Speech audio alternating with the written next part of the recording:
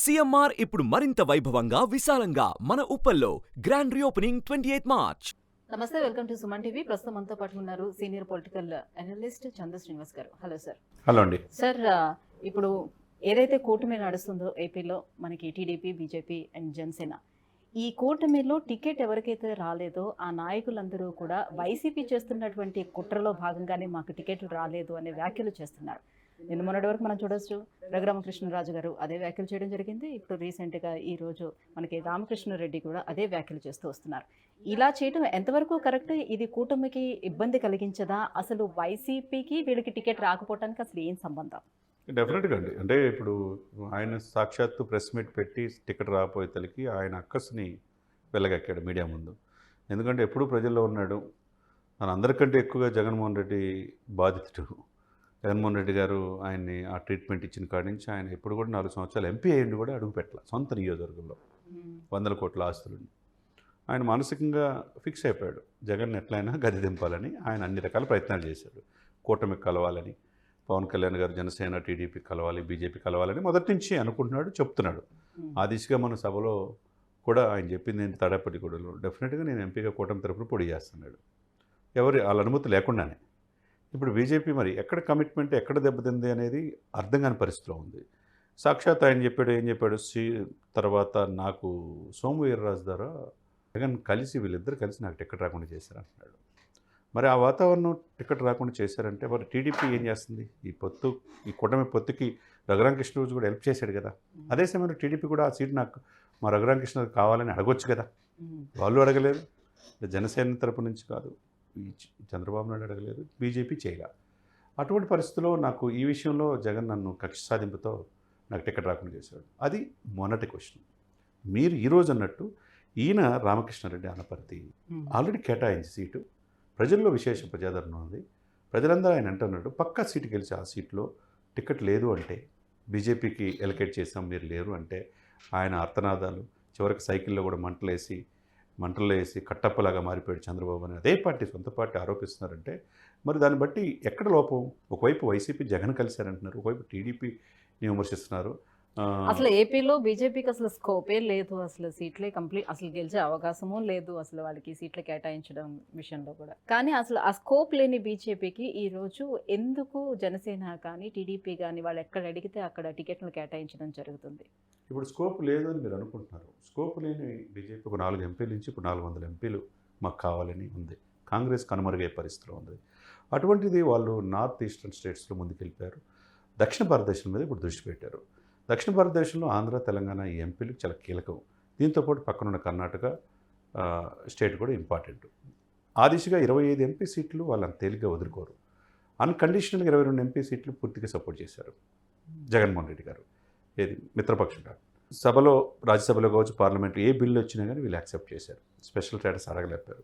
అదే సమయంలో టీడీపీ ఇప్పుడు ఎందుకు మీరు అన్నట్టు ఒక్క 1% ఉన్న ఆ పార్టీని ఎందుకు 10 సీట్లు 6 ఎంపీలు ఇస్తున్నారు? దీనికోసం ఈ పార్టీ ఎందుకు త్యాగం చేస్తుంది? చివరికి ఇప్పుడు ఈ పార్టీ ఈ కూటమి నుంచి ఎందుకు టికెట్లు రఘురామకృష్ణరాజు లాంటి వాళ్ళకి రాకపోవడానికి కారణం ఇదే వైసీపీ అని ఆరోపిస్తున్నారు ఇక్కడ. అది ఊహించిన పరిణామం. అంటే వైసీపీకి ఇప్పటికి కూడా మోదీ గారితో సన్నిహిత సంబంధాలు ఉన్నాయి అనేది కదా ఆరోపిస్తుంది. మోదీ గారు కూడా మొన్న వచ్చినప్పుడు ఎక్కడ కూడా జగన్మోహన్ రెడ్డి గారు ఒక మాట అనలా, వాళ్ళు అన్నా చెల్లెలు ఇద్దరు ఒకటే అని అన్నాడు తప్పితే మంత్రులు అవినీతిమయమైంది అన్నాడు. ముఖ్యమంత్రిని ఏం అనలా. అదే సమయంలో చంద్రబాబు నాయుడు గారికి ఆయన పార్టీకి, జనసేన పార్టీకి ఓట్లేండి అని కూడా అనలా.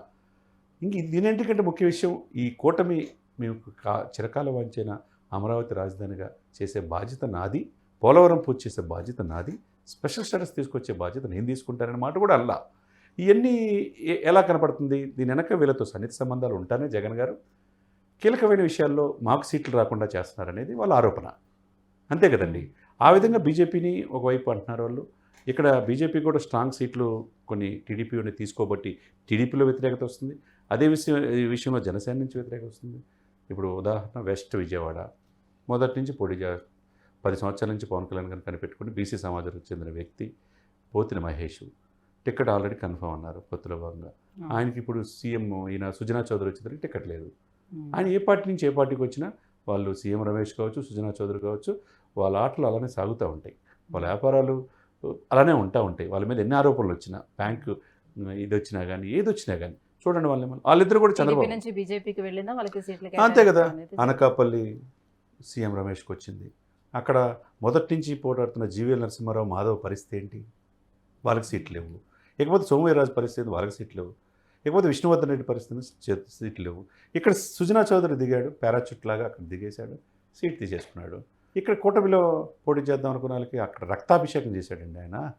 ఒక వ్యక్తి మొదటి నుంచి ఆయన్ని బుద్ధ వెంకన్న రక్తంతో ఒక లీటర్ రక్తం ఇచ్చి ఆయన పేద మా నాయకుడు చంద్రబాబు అని చెప్పేసి ఎవరికి సీట్ నాకు ఇన్ని అన్నాడు. ఇది లేకపోతే అనకాపల్లి అన్నాడు. ఆయనకి లేదు. నైట్ దిగాడు, సుజనా చౌదరి సీట్ తీసుకున్నాడు. మరి ఇవన్నీ కూడా ఎట్లంటే కూటమికి ఒక ఇబ్బందికరమైన పరిస్థితులే. అవతల జగన్మోహన్ రెడ్డి గారు అంటే ఇంత అసమ్మతి అనేది చెలరేగిపోతూ వస్తుంది. ఇలాంటి అసమ్మతుల నిరసనతో ఈ కూటమి అనేది ఏ రకంగా ముందుకు వెళ్తుంది? అదే కదా ఇక్కడ ప్రశ్న. ఇప్పుడు ఎవరైనా ఏదో ఉన్నట్టు చెప్తే జనసేన నాయకులకు కూడా ఇబ్బందికరమైన ఉంది. వైసీపీ కోవర్ట్ అంటున్నారు, విలేకరులు రిపోర్టర్లు అంటున్నారు, అనలిస్టులు అంటున్నారు. అది వాళ్ళ విఘ్నతకు వదిలేస్తాం. వాళ్ళు ఏమి ఉన్నది ప్రజల్లో ఉన్నదేంటి చక్కగా చేసుకుంటే అధికారం వస్తుందని మనం చెప్తాం. ప్రభుత్వ వ్యతిరేకత ఉన్నది, ఈ విధంగా చేసుకుంటే బాగుంటుంది అని చెప్తాం. ఈ కూటమి పొత్తు ధర్మం విస్మరించి 24 సీట్లు 21 సీట్లకు అంగీకరించింది పవన్ కళ్యాణ్ గారు, 2 ఎంపీలకు అంగీకరించింది ఆయన త్యాగం చేశాడు బీజేపీ టీడీపీ కోసం. అదేవిధంగా బీజేపీ 10 ఎమ్మెల్యేలు వాళ్ళు తీసుకుని 6 ఎంపీలు తీసుకుని వాళ్ళు బాగానే ఉన్నారు. ఇక్కడ టీడీపీ ఏంటి 144 ఎమ్మెల్యేలు 17 ఎంపీలతో వాళ్ళు ఆ రేంజ్లో ఉన్నారు. ఇప్పుడు ఎవరు మొదటి నుంచి పార్టీ కనిపెట్టుకున్న ఇటువంటి రామకృష్ణారెడ్డి లాంటి వాళ్ళు పరిస్థితి ఏంటి? ఎంత దారుణం. పార్టీని బతికించిన వాళ్ళ పరిస్థితి ఏంటి? ప్రజల్లో తీసుకెళ్ళిన వాళ్ళ పరిస్థితి ఏంటి? వాళ్ళకు కూడా సీట్లు ఇప్పిలేని పరిస్థితిలో ఉంటే ఇప్పుడు కట్టప్ప అని ఆరోపిస్తున్నారు చంద్రబాబు నాయుడు గారిని. చంద్రబాబు నాయుడు 4 దశాబ్దాల అనుభవంలో ఎప్పుడు లేని ఇబ్బందులు ఇప్పుడు ఎదుర్కొంటున్నాడు. ఈ ఎదుర్కొని ఏ విధంగా ఓవర్కమ్ అవ్వాలి? వాళ్ళు పిలిపించి టికెట్ లేనప్పుడు పిలిపించి మాట్లాడాల్సిన అవసరం ఉంది కదా. అది పవన్ కళ్యాణ్ గారు కావచ్చు, చంద్రబాబు నాయుడు గారు కావచ్చు. అవతల ప్రతిపక్షం అధికార పక్షం చాలా స్ట్రాంగ్గా ఉన్నప్పుడు ఏదైతే అన్నట్టు ఎంపీ స్థానాల్లో ఎమ్మెల్యేని పెడుతున్నాడు, మంత్రులను తీసేసి స్థానచలనం చేసేస్తున్నాడు. ఇష్టమైతే పోటీ చేయండి లేకపోతే వెళ్ళిపోండి అంటున్నాడు. 175 నియోజకవర్గాల ఎమ్మెల్యే విషయంలో కావచ్చు, ఎంపీల విషయంలో కావచ్చు, అతను చాలా క్లారిటీగా ఉన్నాడు. అదే సమయంలో అందిపుచ్చుకోవాల్సిన అవసరం ఈ కూటమికి ఉండాల్సింది పోయి వీళ్ళు కొట్టుకుంటా ఉంటే ఎవరు బెనిఫిట్ అవుతారు? అదే అనేది ఒక ప్రశ్నగానే మిగులుతుంది. కాబట్టి ఒక రకంగా ఏంటంటే మొదటి నుంచి పార్టీ కనిపెట్టుకున్న వాళ్ళు ఏ పార్టీ అయినా కావచ్చు, వాళ్ళకి ప్రాధాన్యత ఇవ్వాలి. టికెట్ వేయలేని పరిస్థితిలో ఉంటే వాళ్ళని పిలిపించి మాట్లాడాలా. ఎందుకు పరిస్థితులు ఇలేకపోతున్నాం, నెక్స్ట్ రేపు ఎమ్మెల్సీ ఇస్తాను లేకపోతే ఏదో ఒకటి ఇస్తాననే మాట చెప్తే వాళ్ళు చల్లబడతారు. వాళ్ళకి అది ఎటువంటి ఇంటిమేషన్ లేకపోతే నాళ్ళు పార్టీ బతికించిన వాళ్ళ ఆవేదన అర్థం ఉంటుంది. రఘురాజు కావచ్చు, రామకృష్ణారెడ్డి కావచ్చు, ఒక పోతిన మహేష్ కావచ్చు, అక్కడ కిరణ్ రాయలు, డాక్టర్ హరిప్రసాద్ కావచ్చు, లేకపోతే తమ్మిరెడ్డి శివశంకర్, సత్యకుమార్ కావచ్చు, లేకపోతే ఎంఈ రావు గారు రాయలసీమ నుంచి కావచ్చు, వీళ్ళందరూ కూడా మొదటి నుంచి పార్టీ కనిపెట్టుకుని ఉన్నారు. వాళ్ళందరికీ లేవు. ఎట్లా టీడీపీలో అదే విధంగా అన్యాయం జరుగుతున్నప్పుడు బీజేపీ వాళ్ళు మొదటి నుంచి ఉన్న సీనియర్స్ని కాదని కొంతమందికి ఇచ్చినప్పుడు ఇవన్నీ కూడా పార్టీల్లో 50 రోజులు చేతిలో ఉన్నాయండి. ఎలక్షన్ నోటిఫికేషన్ ఇచ్చేశారు. ఈ సమయంలో ఈ కూటమి యాజర్లీ యాజ్బాజులు ఇవన్నీ కూడా సమస్య సాల్వ్ చేసుకునే వెళితే తప్పితే వీళ్ళు అధికారంలో వచ్చే అవకాశం చాలా తక్కువ. Right, thank you so much అండి. ఈ అంశంపై మీ అనాలిసిస్ తెలియజేసినందుకు థ్యాంక్ యూ.